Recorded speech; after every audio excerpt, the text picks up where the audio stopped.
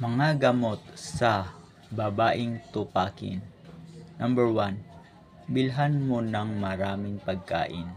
Number 2. Hayaan mo kagatin ka, suntukin at kurutin ka. Natutuwa kasi sila pag ganon. Number 3. Siyempre kailangan niya ng matamis mong lambing at pasensya kasi mga abnormal nga sila. Number 4. Magsuri ka kasi kahit siya yung may kasalanan, para sa kanya ikaw pa rin ang mali.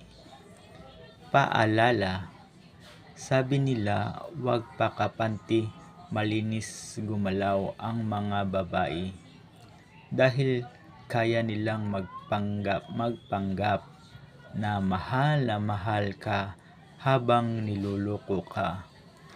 Agree ba kayo mga girls?